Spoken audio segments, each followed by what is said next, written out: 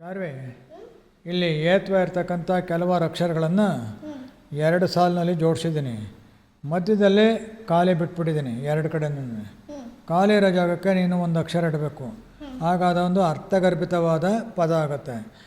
ನಾನು ಪದ ಯಾವುದು ಅಂತ ಹೇಳಲ್ಲ, ಅಲ್ಲಿಡಬೇಕಾದಂಥ ಪದಗಳನ್ನು ಇಲ್ಲಿ ಹರಡಿದ್ದೀನಿ. ನೀನೇ ಆ ಅಕ್ಷರಗಳಲ್ಲಿ ಸೂಕ್ತವಾದ ಅಕ್ಷರ ಆರಿಸ್ಕೊಂಡು ಪದ ಮಾಡಬೇಕು. ಮಾಡಪ್ಪ. ಕೆಲಸ, ಮನೆಗೆ, ಗೆಳೆಯ,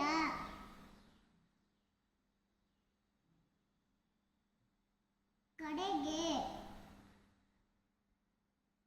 ಬೆಳೆಗೆ, ತೆರೆಯ, ನೆರೆಯ, ನೆಗೆತ. ತುಂಬಾ ಚೆನ್ನಾಗಿ ಜೋಡಿಸ್ತಾ ಕಣಪ್ಪ. ಅರ್ಥಗಳ ಯಾವ ಪದ ಹಾಕಿರೆ ಯಾವ ಅಕ್ಷರ ಹಾಕಿರೆ ಆ ಪದ ಆಗುತ್ತೆ ಅನ್ನೋದನ್ನು ಯೋಚನೆ ಮಾಡಿ ಜೋಡಿಸಿದ್ವಿ. ಹಂಗೆ ಒಂದು ಸರಿ ಹೇಳ್ಬಿಡಪ್ಪ. ಕೆಲಸ, ಮನೆಗೆ, ಗೆಳೆಯ, ಕಡೆಗೆ, ಬೆಳೆಗೆ, ತೆರೆಯ, ನೆರೆಯ, ನೆಗೆತ. ಗುಡ್, ಸೂಪರ್, ತುಂಬಾ ಚೆನ್ನಾಗಿ ಹೇಳಿದ್ದೀಯಾ. ನಿನಗೆ ಯಾಕೆ ಚೆನ್ನಾಗಿದೆ, ನೀನು ಪದಗಳನ್ನು ಚೆನ್ನಾಗಿ ಅರ್ಥ ಮಾಡ್ಕೊಂಡಿದ್ದೀಯ. ಅದಕ್ಕೆ ನಾನು ನಿನಗೆ ಶರಣಾಗಿದ್ದೇನೆ.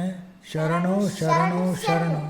ನೀನು ಸಹ ನಮ್ಮ ಬಳಗದ ಬಂಧುಗಳಿಗೆ ಶರಣು ಶರಣಾರ್ಥಿಗಳು ಹೇಳಪ್ಪ. ಶರಣು ಶರಣಾರ್ಥಿಗಳು. ಹೋಗಿ ಬರುತ್ತೇನೆ. ಹೋಯ್ ಬರಪ್ಪ. ಭಗವಂತ